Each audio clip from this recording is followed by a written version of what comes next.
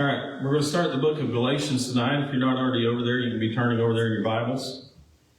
Kind of like the last couple books that we looked at, 1st and 2nd Corinthians. This is the accelerated version, so we're going to cover 2 chapters. Don't have time to go through it and read all of it, so hopefully you've done that beforehand. If not, maybe you can skim over it while we're talking about it, kind of get some of these verses out. The good part is, I always say about the questions, the answer that the verse that the answer is found in is right beside the question. So you can read and count, then you can probably answer them pretty quickly. All right, so the first question kind of deals with one of the main subjects we're going to talk about tonight. That question, just to think about it, get us going in the introduction. And that question is, when you want to kind of emphasize a point to somebody, or maybe not even you personally, maybe just humanity in general, how do we generally do it? What are some ways? There's more than one way to do it, right? What are some ways in which we try to emphasize points to other people? Raise your voice. Raise your voice. Okay, that's the first one I wrote down. Raise your voice, yell maybe. That's one of the ways we do it. Repeat, okay. That's the second one I got on the list. Sometimes you just go over and over and over and over it again, right? Try to get your point across. Any others come to mind? Something that's important to them. Something important to them. Okay. Draw a comparison maybe, or use something that's important to them. Any others come to mind? Like you pound your hand on the table, like you're really, you're in it, like judo, like legit. Okay. You talking from experience there? I'm pretty passionate. I get passionate. Yeah, I can see that. I can see that. Yeah.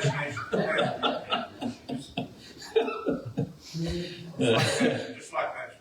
One of the ways that especially when you're trying to teach somebody on a biblical subject, one of the ways that you really emphasize the main point is you try to lay it out in a very logical fashion that leads you to this main conclusion.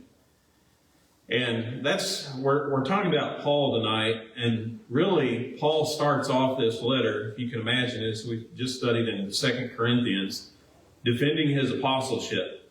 And so what he does to try to emphasize this point that he is an apostle of Jesus is kind of lays these things out, in a very step-by-step fashion that leads a person to the logical conclusion that he has to be an apostle of Jesus Christ. And, we'll talk about it a little bit when we get into here about one of the reasons. Question number 2.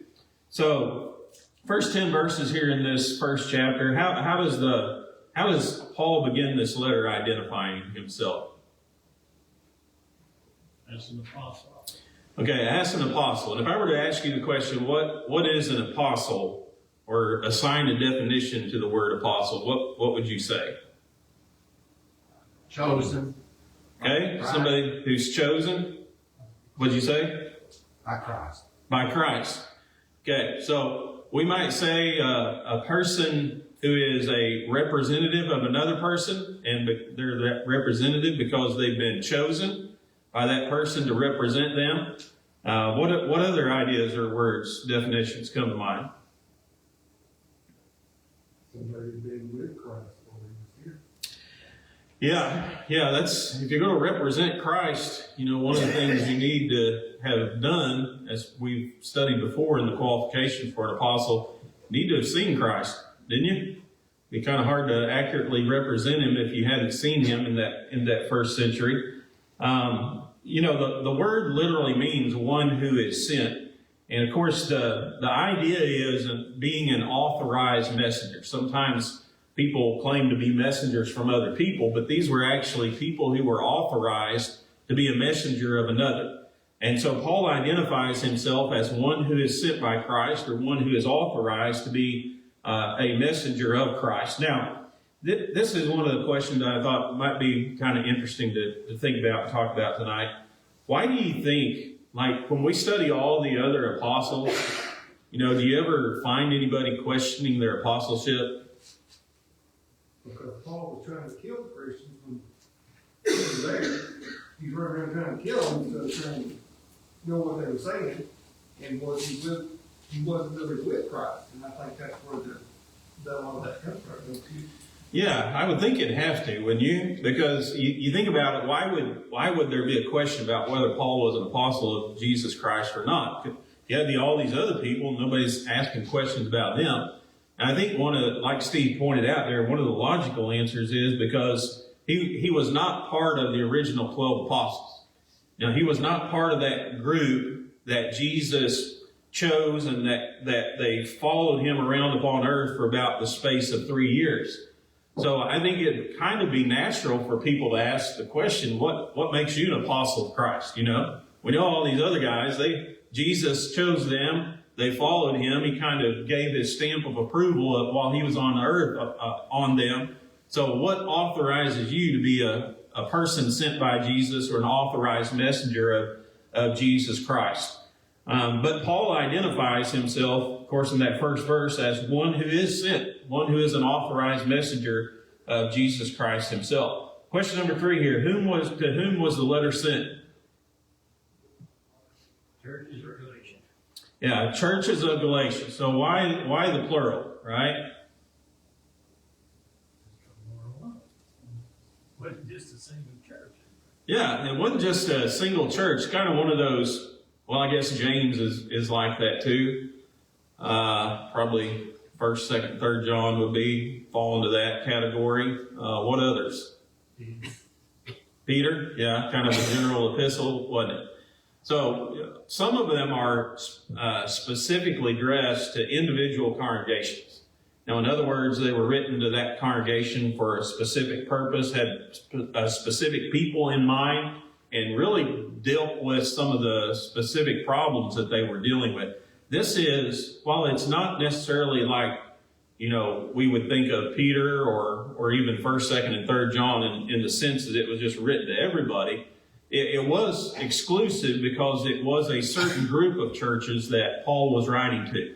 And specifically those churches that were located in the area or the province of Galatia. So and it's not, understand this too, when Paul writes these letters, I think sometimes, maybe it's just me, I say this a lot, but maybe it's just the way that I think. Nobody really thinks this way too. But I think sometimes what I fail to appreciate is how close of a connection that Paul had with these people. Sometimes when I think about an apostle writing a letter to a church, it's kind of like, well, he's in charge and, he needs to sort things out and tell them what's going on. But why did Paul have such a personal relationship with each one of these congregations? Yeah, I mean, he established these congregations, didn't he? And so he knew the people in them. He knew some of the problems that were going on there. And of course, because he was inspired, he also knew how to deal with those problems properly. But he was not writing these letters as a stranger. And, again, sometimes you read some of his language like we did in 2 Corinthians. It's pretty harsh language, isn't it? I mean, it's not like language you would use that somebody you're just kind of meeting for the first time. But the reason he could do that is because he was very familiar with them, because he was the one who spent so much time with them and actually founded and established these congregations. So he's writing to the churches of Galatia. And what kind of attitude, question number 4 here, what kind of attitude does Paul express? Or maybe what kind of emotion? Disappointment, wasn't it? Okay, he was certainly disappointed in them. That would have been one of those. Yeah, he was amazed, or he was astonished at the reaction and the condition of the churches of Galatia. Now, the second part of that question is, why was he so astonished? What caused Paul to be amazed about these congregations? Time. How soon it happened. Okay, how soon what happened? Yeah, and not just, that they're leaving the gospel. He points out there in verse 6, reading from the New King James Version here, but he said, you are turning away so soon from him who called you into the grace of Christ. You're turning away from the grace of Christ. Can you imagine that? Why would you turn away from God's grace? That's what Paul had preached whenever he went there, wasn't it? That was the message of the gospel. God sent his son. He suffered and bled and died and was buried and was resurrected from the dead for you. Well, why would you turn away from that message and turn to a different message? Do you know how long it's been since Paul had been there and established his church? I don't. Not right offhand. Does anybody else know? That'd be a good question, wouldn't it? But, yeah, I don't know how soon is, do you? But that would be a good study. I'll try to figure it out for next week. Maybe we can talk a little bit about it before we get in too far. But he was, he was flabbergasted. The fact that, first of all, they turned away from the grace of God, but secondly, like Daryl was talking about there, they did it so quickly. No, it wasn't like they had taken them years and years and years to get to this state. They almost like they turned around, did a 180 and just completely turned around in a matter of moments. So he was, just astonished that could even happen or why it would happen. So he lays out a hypothetical situation to kind of get them to think about how important the gospel that was preached to them was. And what hypothetical case question 5 here, does Paul present to them to kind of, show the importance of preserving the purity of the gospel? An angel. Yeah, and he really starts it this way. He said, but though we, what does he mean by that? Who's we? Yeah. He said, even if another apostle comes along and preaches another gospel, even if I come along and try to tell you something differently than what I've already preached to you, he said, don't accept it. And in fact, he pronounces what would be in the Greek view and the Hebrew view, kind of the curse of all curses on a person who would do something like this. So if another apostle comes along and preaches a different message, don't listen to it. The second one was, what'd you say? Was it Dennis? I wouldn't be. Wasn't you? No. Gave him too much credit, didn't I? Yeah. Yeah, or an angel. Even if an angel came down from heaven and tries to teach you a different gospel than what's been preached to you, said, don't listen to it. Don't accept it. Now, how could Paul say that? Because he didn't get it straight. Because what he had preached was the truth, wasn't it? And what do we know about the truth that's been delivered to the saints today? Once and for all. Jude 1:3, right? In other words, not going to come along and be another change in God's system as long as man is alive. And so Paul could confidently say, there's not going to be another. Don't turn to anything else. This is the truth. This is the gospel. And so if another apostle tries to tell you differently, even if it's myself, don't listen. Don't turn to it. An angel came down from heaven and tried to preach another gospel to you, then don't listen to them or turn to it either. That idea, of course, of be accursed in the Greek language, it's what they call anathema maranatha, and it's kind of like a double curse. And literally, what it meant was devoting or consecrating someone or something specifically for the wrath of the gods. And so, in other words, if this is the situation, somebody comes along and they preach another gospel to you, then we're going to set them aside and they're going to be solely devoted for the wrath of the gods to be poured out upon. Kind of again, to us, it doesn't make a whole lot of sense, but to the Greeks, it would have been kind of like the curse of all curses. So Paul's, he's just emphasizing how serious he is about a person who would come along and do something like this.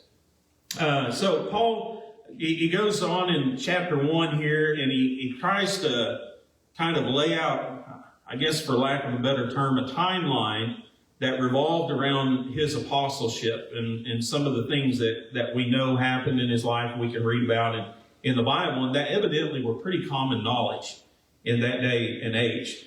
But he does start by kind of going back to his past. And question number 6 here is, why do you think Paul would go back and bring up his past as he's talking to these people and turning to another gospel? It appears that some were saying, hey, he used to be against us, or Yes, Christianity. And now he's out there, I think that's part of what he's saying. Yeah, and as we study this book, it hadn't become real apparent yet in where we've gotten to, but what do we know about this gospel and these teachers that they turn to? Yeah, it's Judaism. And what was Judaism? Or what is Judaism? Basically, teaching the law of Moses, wasn't it? And going back to the law of Moses. And so that's kind of the crowd and the people and the doctrine that Paul is dealing with here. It was kind of it wasn't, I don't think that they necessarily came along and just undid everything that Paul did, but they said if you don't keep the old law too, you can't be saved.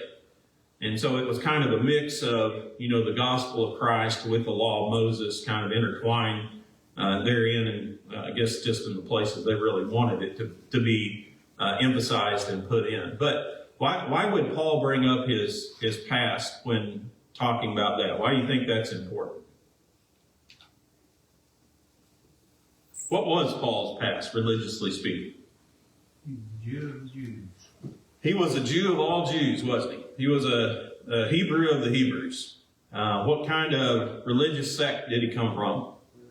He was a Pharisee, right? Some of the most religious sect of that day and age. And when you think about where Paul came from, I think it's important that Paul brings this up, because I think what he's telling them is, I know exactly where you're coming from. Okay, and I know exactly what you're turning to, because I used to be there. I was a person who was zealous for Judaism. We know the story of Paul before his name was changed to that throughout the scripture.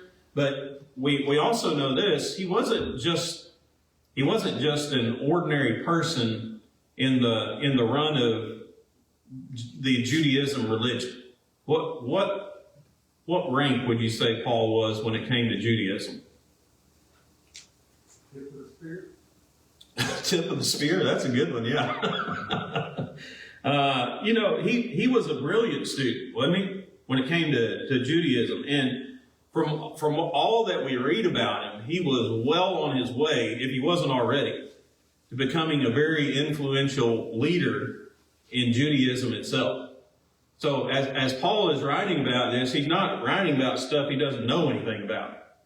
Paul says, I know all about this doctrine. I was involved in it. I understand it, forward and backward, and probably understood it a lot better than any of the Galatians even begin to understand it. But why did he suddenly change? I mean, what brought about this change?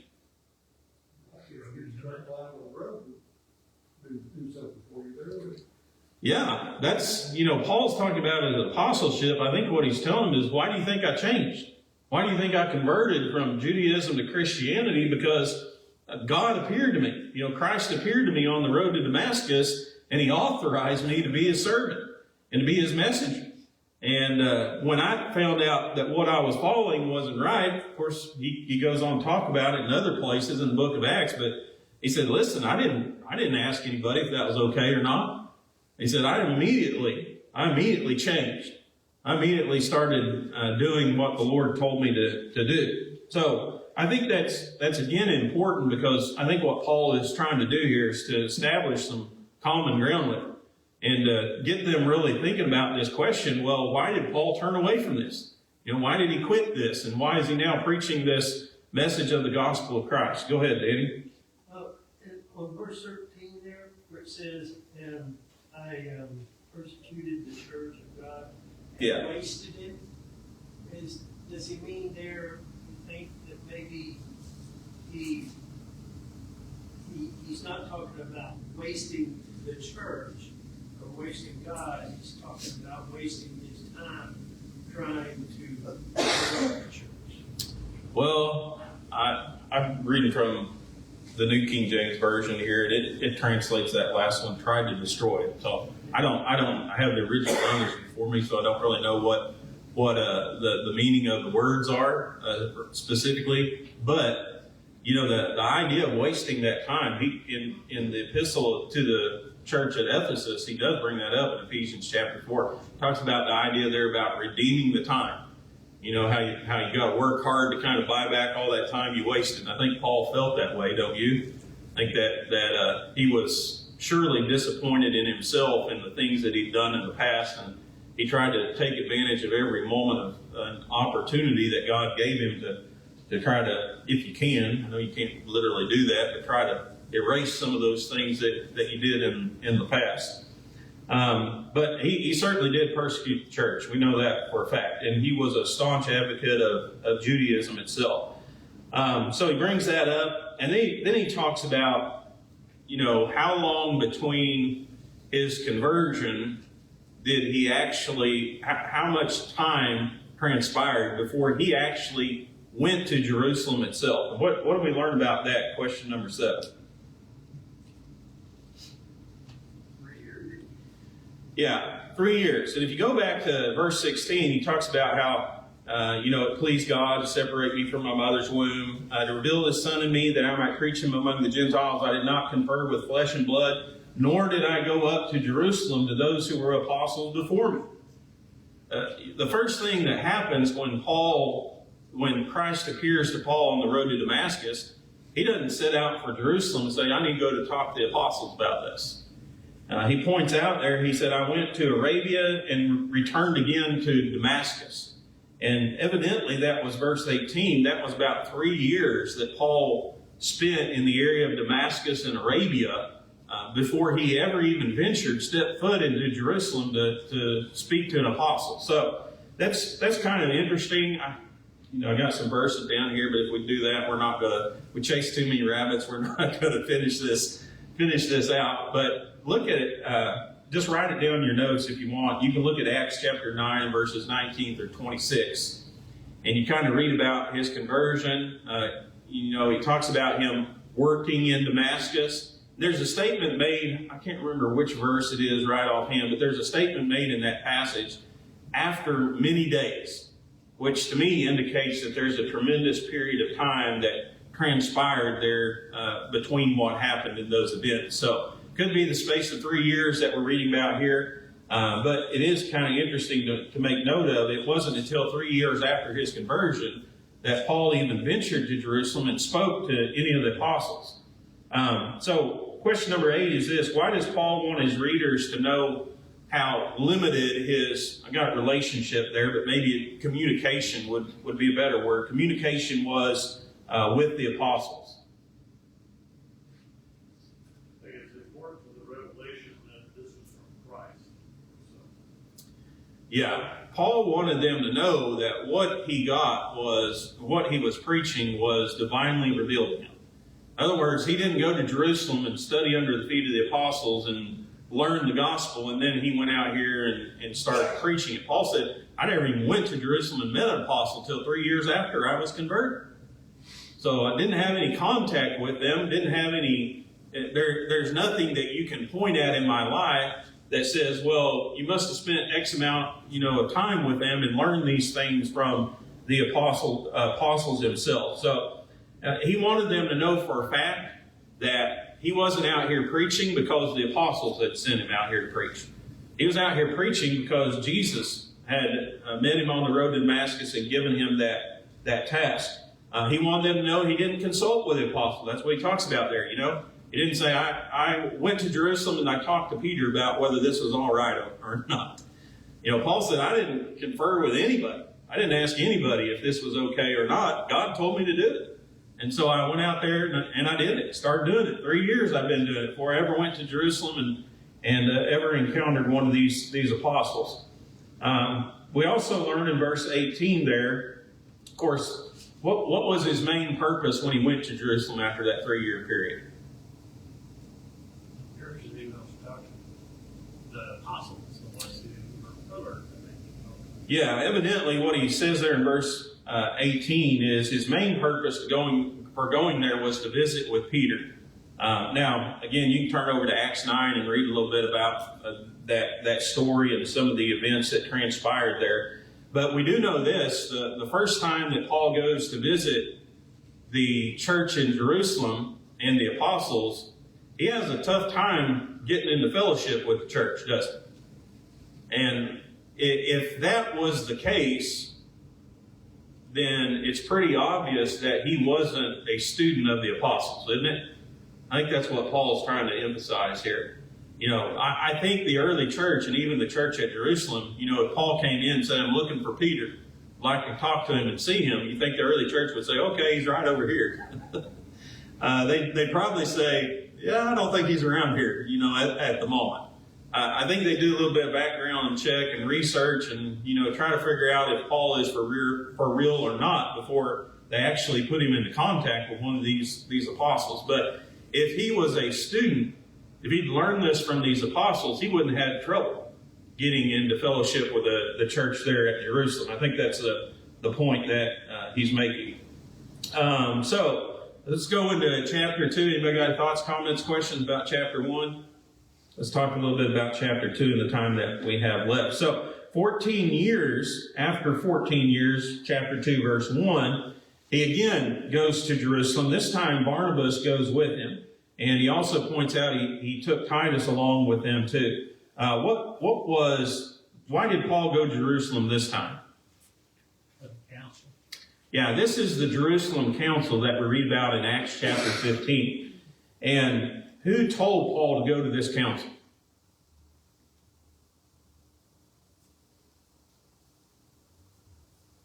And it says in verse 2 of Revelation. God told him, didn't he? He didn't go there because Peter and some of these other apostles were calling him and telling him to come over. He said, I went there because God told me to go there. And what do you think the purpose was in God sending Paul to Jerusalem for this council? Well, the big thing over circumcision. Yeah, the big debate was, do the Gentiles have to keep the law of Moses to be saved, right? And so who better to defend the truth on that subject than Paul? He's been out here preaching for almost 15 years now, the gospel, and who was he preaching to? Mainly the Gentiles, wasn't it? Mainly the Gentiles. And so Paul appears there on the scene because God told him to go there. And of course, his purpose in going there would have been to kind of tell everybody what was going on and, you know, again, defend his position in the preaching of the gospel there. So question number 10, how did the Jerusalem leaders respond to Paul's message? What does he say in verse 6?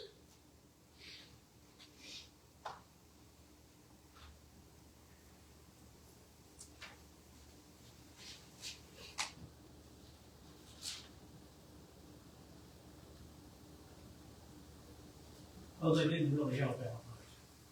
Okay, the last part of that verse, again, I'm reading from the New King James Version here. I don't know what some of the others say. But it says, for those who seem to be something added nothing to me. What does that mean? Did they tell Paul you need to change what you're doing? Did they say you forgot about this or you left this out of the preaching of the gospel? No, that when the council convened, those who were the leaders of the church in Jerusalem, they said he doesn't need to change anything. No, he's doing what he's supposed to do. The message that he's preaching is correct. So they didn't have anything that Paul needed to add, any new obligations that he needed to include, and they certainly didn't inform him of something of which he'd been ignorant, right? So Paul was fully informed without having interacted and communicated with the apostles there at Jerusalem. They basically said, yeah, what he's been doing is right. Again, another sign that this had to be a divinely commissioned thing that Paul was taking on there. Question number 11, how did James, Peter, and John respond to Paul's mission?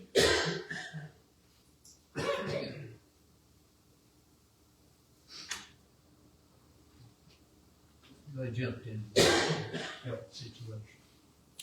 Yeah, if you look in verse 9, it says they gave me and Barnabas the right hand of fellowship, that we should go to the Gentiles and they to the circumcision. So they extended the right hand of fellowship. Now, I know when we extend the hand today, it's a little bit different because we kind of use that in greeting, don't we? But evidently in that day and age, if you extended the right hand, it was kind of a sign of somebody's approval upon you. So they were sanctioning what Paul was doing. The only difference in really their I guess you could say the scope of their mission was what?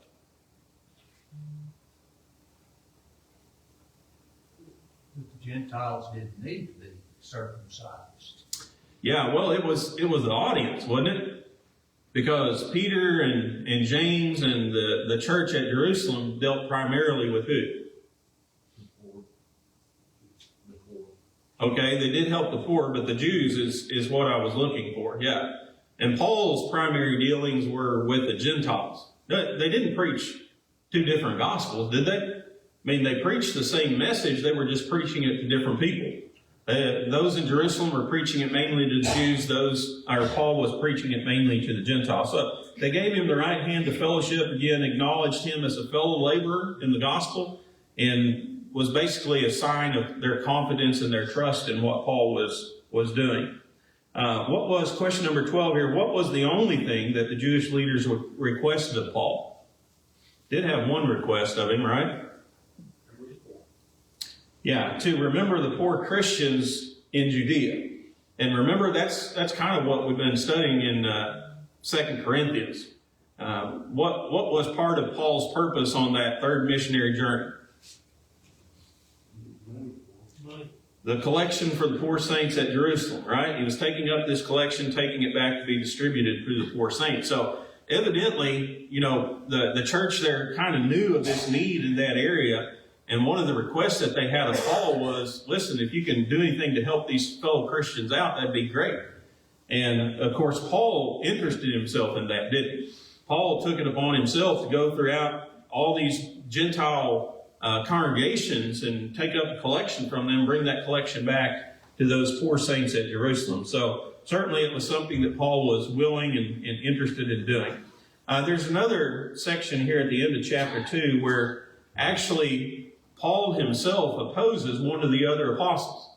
So again, this is kind of proof to indicate, we weren't collaborating together in these things. It's not like I learned everything that I learned from them. And specifically, it's, of course, when Paul opposed Peter. So Peter makes a visit to Antioch, and when he does, there's some questionable things that happen with his behavior. And because of that, what does Paul do? Study him to the face. Yeah, Paul basically publicly rebuked him, didn't he? He openly rebuked him in front of all these other people. Why did he do that? First of all, why did he rebuke him? What was the problem?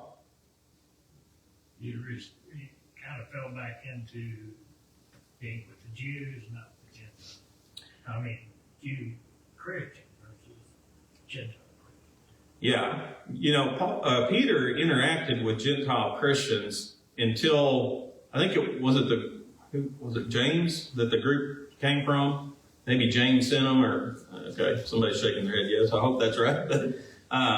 One of the other apostles had sent this group of men. And before they came, Peter was sitting down eating with the Gentile Christians, interacting. But when they came, he started exclusively associating with the Jews. Where did that idea of a separation between the Jew and the Gentile come from? It was the law of Moses, wasn't it? That's what created that division between Jew and Gentile. And so Peter was, he was going back to his roots, wasn't he? He was going back to this idea of there's a difference between a Gentile and a Jew. And of course, going back to the law of Moses. And that's why Paul rebuked him. And Paul pointed out, it's a hypocritical thing to do. Why would he say it's hypocritical? For Peter, at least. Peter was the one who took it too. Peter went to the house of Cornelius, didn't he? Remember the big to-do that was made about that in Acts 10 and 11? And Peter stands up and says, listen, God gave us a sign from heaven that the Gentiles will receive salvation just as a Jew. And he was the guy that spoke in Acts 15 at the Jerusalem Council. So it was hypocritical because Peter knew better in his teaching, didn't he? But anybody ever been guilty of that before? You know better in your teaching, but your behavior isn't what it should be? I think probably most of us have fallen into that trap before. So that's what Paul so openly opposed him. And not only that, but because of his behavior, of Peter's behavior, what happened?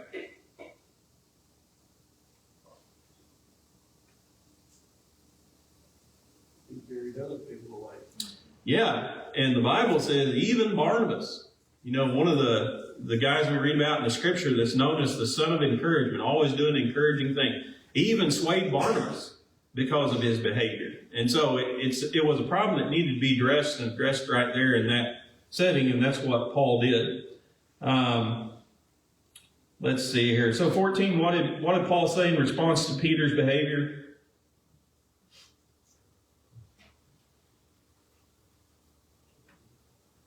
Basically said, aren't you trying, or by your actions, aren't you teaching Gentiles to live under the law of Moses? You know, aren't you teaching them that there's a separation between the Jew and the Gentile, but you're out here preaching a different message? So Paul was not happy with what Peter was doing. Question number 15, how is a person justified before God? Faith of Jesus Christ.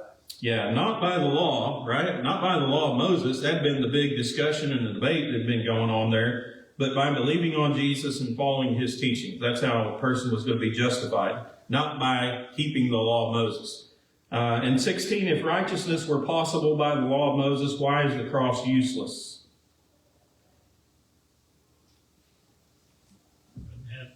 Wouldn't have been a perfect sacrifice. Yeah, there was no need for Jesus to die, right? If men could be justified by the law of Moses before Christ ever died, why did Christ need to die? And what does it do to the grace of God? Again, you got this idea, you know, he started at chapter 1. It nullifies the grace of God. The greatest gift that God has ever given to mankind. The greatest sign of God's grace to us, it makes it null, it makes it void, it makes it meaningless. All right, those were the first 2 chapters. Real quickly, anybody got any thoughts, comments, or anything before we end? Yes, sir. Well, where would you fit this particular deal into the book of Acts? We know it's after 12. The first chapter is after 15. Yeah. But did it happen prior to him taking off and going separation, if you will, of Barnabas? I don't know. I'd have to look at it a little more closely. Because Do you have an idea? well, no, I just Or an opinion? I guess that's what I was trying to say. But it does seem to fit part of the things that happened there that caused the rift to go, and could well have been. I mean, You're talking about between Paul and Barnabas there. Yeah. Yeah. They can't even work together, and they've done so much that Barnabas was the one that brought Paul in to begin with, and yet here he's beginning to fall away. Yeah. He was the one that actually went into Tarsus and hunted him down and said, hey, we need to go out here and do some work. But yeah, he was one of the things, the amazing things to me about the Bible is you always see the humanity that's reflected in it. You know, people weren't perfect. Nobody's a perfect individual. We have highs and we have lows. We're not proud of our lows. But overall speaking, I think Barnabas was an outstanding individual. One of the ones that's really, commended in the scripture. So anybody else?